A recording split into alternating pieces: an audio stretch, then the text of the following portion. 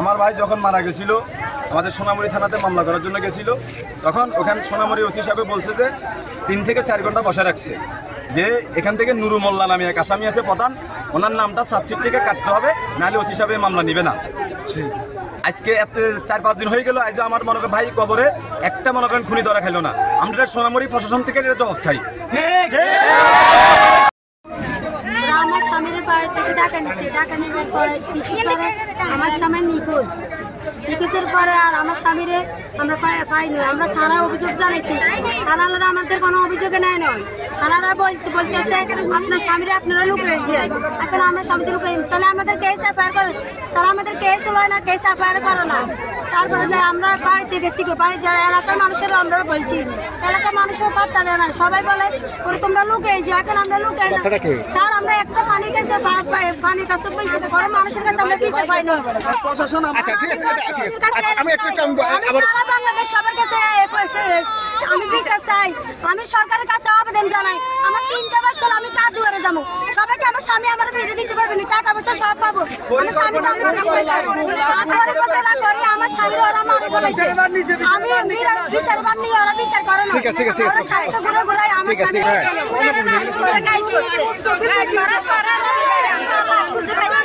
এর ভিতরে আমরা অনেকবার পুলিশের কাছে গেছি, পুলিশ আমাদের মামলা নেয়, পুলিশ আমাদের মামলা কেন নেয় নাই। এরপরে সবাই সোনামুড়ি চলেন। ওর হাত কেটে দিছে, পা কেটে দিছে, গলা কেটে দিছে, তাহলে এইটা কি আর খুব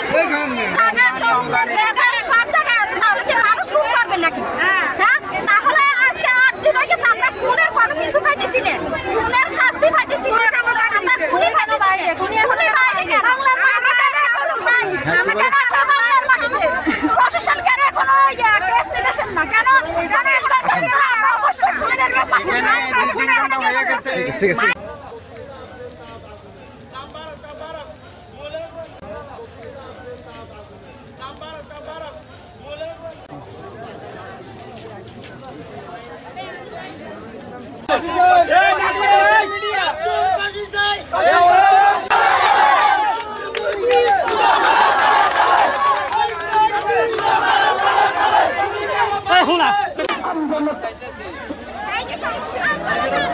আপনারা জানেন যে গত 19 রাত 10 ঘটিকায়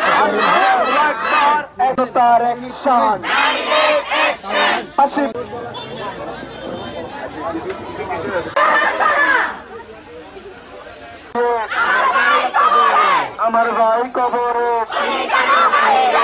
প্রশাসনে জবাব দেন।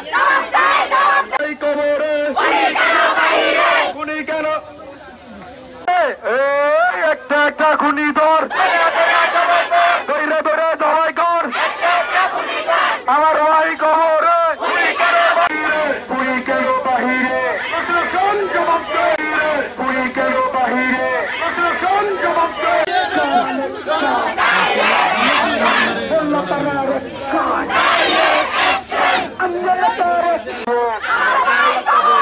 আমার ভাই কবরে, প্রশাসন জবাব দেন। প্রশাসন জবাব চাই। আমার ভাই তার নিশান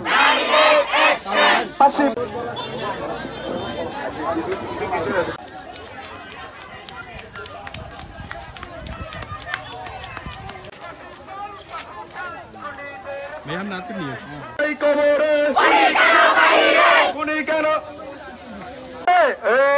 একটা খুনি ধর, ধরে ধরে জবাই কর। আমার ভাই কবরে, রাখেন।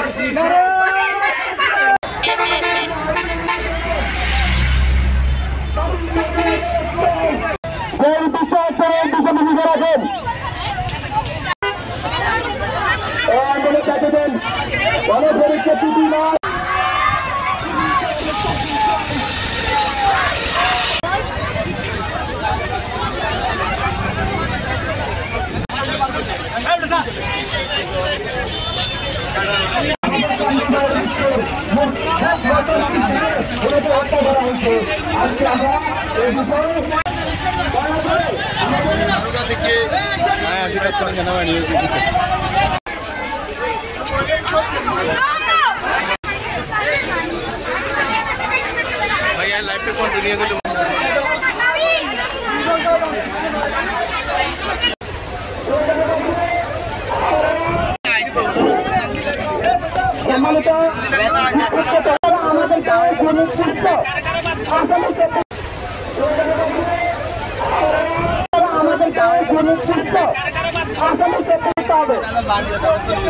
আপনাদের আপত্তির বিষয়টার মাধ্যমে আসামি গ্রেপ্তার না করে তাহলে আমরা আমাদের পরবর্তী কর্মসূচি আগামী শনিবার সকাল 10টায় এখানে আমরা অবস্থান নিব। আজকে এই কর্মসূচির মাধ্যমে আজকে এই কর্মসূচি এখানে সমাপ্ত ঘোষণা করলো। সকলে আসার জন্য সকলকে ধন্যবাদ জানাইছি।